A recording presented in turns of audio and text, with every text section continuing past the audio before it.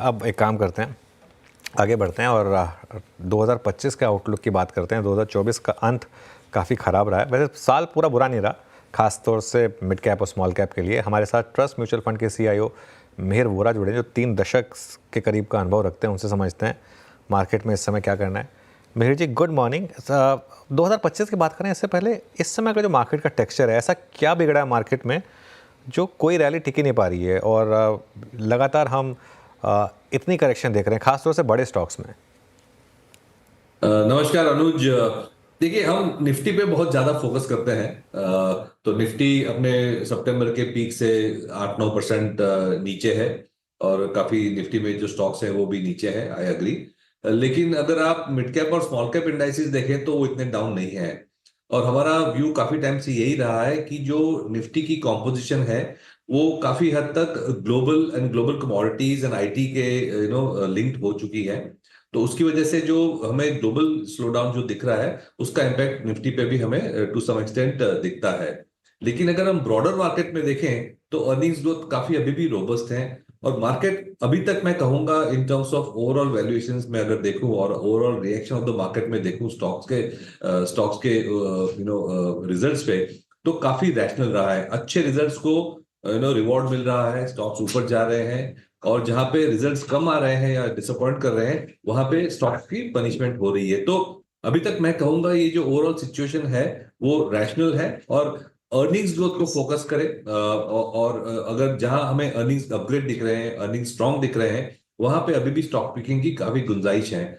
Global backdrop मैं कहूंगा जिस तरह से डॉलर की स्ट्रेंथ हो रही है उसकी उसकी वो वजह से काफी सारा जो इक्विटी का ग्लोबल पैसा है वो यूएस मार्केट्स की ओर जा रहा है। तो न सिर्फ इंडिया लेकिन बाकी सब मार्केट्स में भी हम देख रहे हैं कि इक्विटी के आउटफ्लोज हैं और बाकी सब करेंसीज में वीकनेस है compare to the US dollar.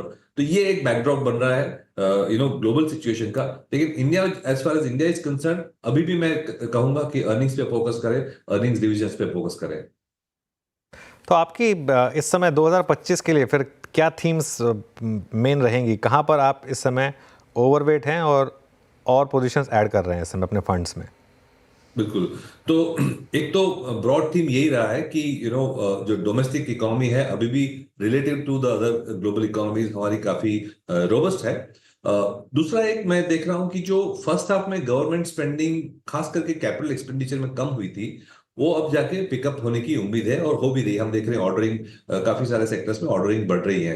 तो जो गवर्नमेंट स्पेंडिंग लिंक सेगमेंट्स है जैसे कि कंस्ट्रक्शन, इंफ्रास्ट्रक्चर, उसमें मुझे लग रहा है कि काफी तेजी हो सकती है। और उसमें गवर्नमेंट स्पेंडिंग में फिर हम देखें तो रेलवेज भी आ जाता है, डिफेंस भी आ जाता है, पावर टी&डी आ जाता है।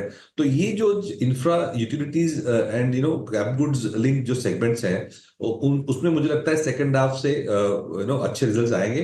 दैट मीन्स कि हम जैसे 2025 को एंटर करेंगे ये सब सेगमेंट पे काफी एक्शन की उम्मीद हो सकती है। दूसरा एक है जो बैंकिंग एंड फाइनेंशियल्स अगर देखें तो वो खास करके बैंक्स में हमने काफी अंडर परफॉर्मेंस देखी है। एनबीएफसीज में भी हमने काफी अंडर परफॉर्मेंस देखी है। लेकिन अगर हम ये उम्मीद करते हैं कि इकोनॉमी 6-6.5% प्लस में ग्रो करेगी for FY26 as well as FY27, तो मुझे लगता है क्रेडिट ग्रोथ भी अच्छी तरह से पिकअप होगा। बैंकिंग सिस्टम की जो बैलेंस शीट की क्वालिटी है बहुत अच्छी है। अंडर परफॉर्मेंस की वजह से वैल्यूएशन भी काफी अट्रैक्टिव हुए हैं। तो मुझे लगता है कि ये एक जो अंडर परफॉर्मिंग सेगमेंट था 2023 और 24 का, वो मेरे ख्याल से 2025 में पिकअप हो सकता है। एंड देन अदर सेगमेंट जैसे कि फॉर एग्जांपल फार्मास्यूटिकल्स हैं, केमिकल्स हैं, जहां पे हमें एक लंबे समय का ग्रोथ दिखता है for the next 5 years 10 years करके, वहां पे भी हम पॉजिटिव रहेंगे। दूसरा एक हम जो थीम देख रहे हैं, एक जो प्रीमियम कंजम्पशन वाली थीम है वो भी हमें अभी भी पसंद है। And the new age companies जो है, न्यू बिजनेस मॉडल्स हैं जो डिसरप्ट कर रही हैं एग्जिस्टिंग मॉडल्स को, जो नए नए तरीके से कस्टमर या B2B को सर्विस कर रहे हैं, उसमें भी मुझे लगता है कि अच्छा लंबा रनवे है। और एज अ हाउस हमारी जो फिलोसफी है वो ग्रोथ ओरिएंटेड है। तो ये सब सेगमेंट में हमें अच्छा ग्रोथ दिख रहा है for the next 1 year as well as for the longer term. Okay, अच्छा, मेरी जी नमस्कार, वीरेंद्र बोल रहा हूँ। एग्जैक्टली हमारी बीते 4 महीने के, जो 4 महीने में से 5 महीने में से 3 महीने सितंबर, अक्टूबर, नवंबर टर्बुलेंस वाले रहे, इसमें आईटी ने अपने हाथ में लीडरशिप रखी है। पिछले बार के रिपोर्टेड नंबर्स अच्छे थे, ग्रीन शूट्स इन BFSI। अब एसेंशियल ने जिस प्रकार के नंबर्स दिए हैं उसके बाद आपका कन्विक्शन क्या थोड़ा और बढ़ा है आईटी में कि शायद एक दो क्वार्टर्स लीडरशिप आईटी के हाथ में रहे? देखिए, आईटी में हम सिलेक्टिवली प्ले कर रहे हैं। लार्ज कैप आईटी कंपनीज हैं, उसमें मुझे नहीं लग रहा है कोई बड़ी अपग्रेड इन अर्निंग्स आएंगी। सिंगल डिजिट ग्रोथ की बात हो रही है, वो बरकरार रहेगी। ओवरऑल सिचुएशन में देखूंगा कि पिछले 6 महीने में थोड़ी सी पॉजिटिव हुई है from the demand point of view. उसकी जो मेन वजह है, एक तो जो एआई लिंक जो स्पेंडिंग है, उसकी वजह से थोड़ी रब ऑफ हमें आईटी कंपनीज में दिख रही है। और सेकेंडरी देखिए, उम्मीद बन रही है कि जब ट्रंप पावर लेंगे, प्रेसिडेंट ट्रंप जो जब आएंगे जनवरी में, तो वो बिजनेस फ्रेंडली काफी पॉलिसीज अपनाएंगे। कॉर्पोरेट टैक्स कट की बात हो रही है यूएसए में, इंपोर्ट ड्यूटीज बढ़ाने की बात हो रही है। काफी सारी जो एग्जिस्टिंग स्कीम्स है जो मेक इन अमेरिका की जो एनकरेजमेंट के लिए बनाई हुई है, वो मेरे ख्याल से रैंप अप ज्यादा होगी। तो US business confidence, US business capital expenditure में हम काफी अच्छा ट्रैक्शन देख रहे हैं। तो वो डिमांड सिचुएशन जो है वो आईटी के लिए थोड़ी बेटर है कंपेयर टू बिफोर। तो इसमें हम ये कर रहे हैं कि सिलेक्टिवली मिड कैप आईटी में प्ले कर रहे हैं, क्योंकि लार्ज कैप आईटी में भी 7-8% की वजह से 9-10% ग्रो करेंगी अगर सिचुएशन इंप्रूव हुई। लेकिन काफी सारी मिड कैप आईटी कंपनी है जो 15-20% तक ग्रोथ दिखा सकती है फॉर द नेक्स्ट 2-3-4 ईयर्स। वहां पे हम सिलेक्टिवली काफी फोकस कर रहे हैं। ओके, अच्छा मेहर जी, क्योंकि मैंने बात आईटी की दो संदर्भ में करी, I mean global markets, strong dollar और आई थिंक ट्रंप एडमिनिस्ट्रेशन की जो पॉलिसीज़ हैं वो same case applies to I mean pharma as well. आपका फार्मा में झुकाव किस तरफ है इस वक्त? सो फार्मास्यूटिकल्स में हमारा सबसे बड़ा ओवरवेट है एक्चुअली, और उसमें न सिर्फ हम यूएस लिंक्ड प्ले कर रहे हैं जिसमें जेनरिक मैन्युफैक्चरर्स भी आ जाते हैं, उसमें सीडीएमओ प्लेस भी आ जाते हैं, लेकिन हम डोमेस्टिक मार्केट में अगर देखें तो उसमें भी हम डायग्नोस्टिक्स के जो प्लेस हैं, हॉस्पिटल के जो प्लेस हैं, उसमें अच्छा अर्निंग्स देख रहे हैं और अर्निंग्स ग्रोथ भी अच्छा आ रहा है और अर्निंग्स रिविजन भी अच्छे आ रहे हैं सिचुएशन में। तो ये सारे जो हेल्थ केयर के सेगमेंट्स है, US generic pharma, US CDMO, global CDMO and global generics, as well as diagnostics and hospitals and healthcare, उस सारे में हम अच्छी तरह से ओवरवेट हैं। ओके, चलिए फार्मा की बात हो गई, यहाँ पे हमने आईटी की बात करी, तो ग्लोबल सेटअप जिन जिन सेक्टर्स का से सरोकार है उस पर हमने बात कर ली। अब आते हैं एक दो स्पेस पे, और यहाँ पर मेहर जी जिस पे शायद थोड़ा डिस्कशन अब लगे हाथ कर ही लेते हैं। पिछले अगर आप 20 दिन को देखें, एंड स्पेशली जब से महाराष्ट्र की इलेक्शन और उसके बाद से सत्ता में मतलब क्लियरिटी आ गई है, आज पुश जिनकी हुई है, ये रियल एस्टेट स्पेस में मूव काफ़ी अच्छा है। हालांकि ऐसा नहीं है कि वो तेज़ी सिर्फ महाराष्ट्र और मुंबई वाली कंपनियों में, वो सब में स्प्रेड है, वेदर इट्स साउथ बेस्ड या फिर Delhi based. Real estate, then real estate ancillary, then HFCs, इन तीनों रेंज में आप लोगों ने क्या पिक किया है इस वक्त? देखिए, रियल एस्टेट में हम बेसिकली एक्सपेक्ट कर रहे हैं कि जो के shape nature of the recovery है वो रियल एस्टेट में अभी हमें दिख रही है। तो उसमें मैं कहूंगा कि जो प्रीमियम एंड सेगमेंट को जो केटर करते हैं डेवलपर्स, उसमें हमें ज्यादा तेजी दिख रही है, क्योंकि अभी भी जो ग्रोथ इन डिमांड है वो हाई एंड प्रॉपर्टीज में ज्यादा है। लोअर एंड प्रॉपर्टीज में भी डिमांड है, लेकिन जो ग्रोथ रेट है और जो प्रॉफिटेबिलिटी जो हाई एंड में मिलती है वो लो एंड में इतनी नहीं मिलती। तो हम बड़े डेवलपर्स, ब्रांडेड डेवलपर्स, जहां पे हायर एंड सेगमेंट्स को केटरिंग करने की जो ब्रांड है, वहां पे ज्यादा फोकस कर रहे हैं। दूसरी जगह हमें जो इंटरेस्टिंग लग रही है वो कोवर्किंग स्पेस में हमें दिख रहा है कि काफी एक्टिविटी हो रही है, तो वहां भी कोवर्किंग स्पेस पे भी हमारी एक्सपोजर है।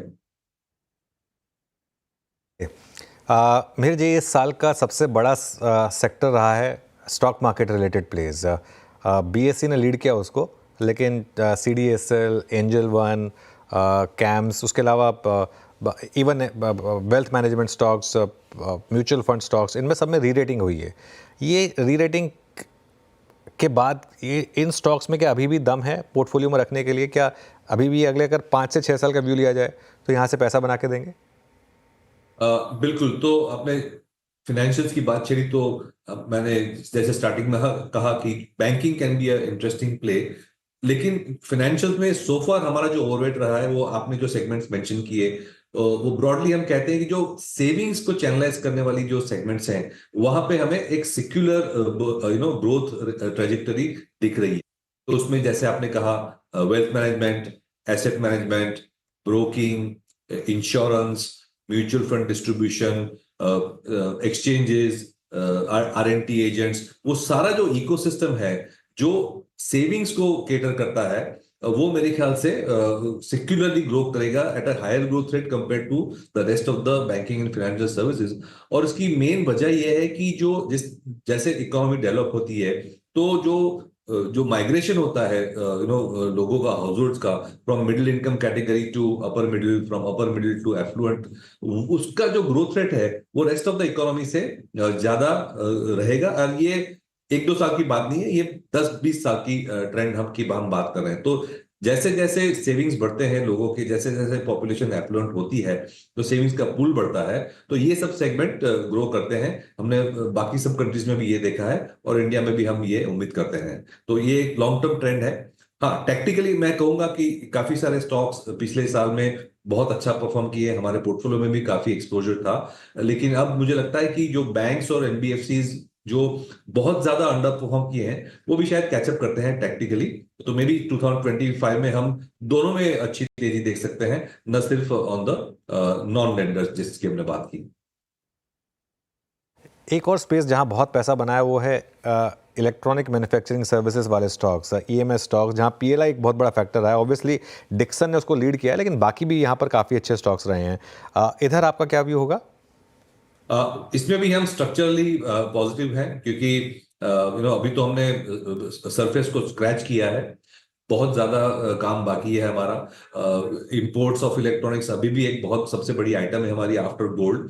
तो ये सब में मुझे लगता है गवर्नमेंट काफी अच्छी तरह से फोकस कर रही है। और जब इलेक्ट्रॉनिक मैन्युफैक्चरिंग की बात करते हैं, तो फिर इसमें सेगमेंट्स भी बहुत ज्यादा है। हमने मोबाइल फोन से शुरू किया, फिर टीवी पे गए, और टीवी पे भी बैकवर्ड जाके हम from the front end to the back end, LCD panels, PCB वगैरह में जाते हैं।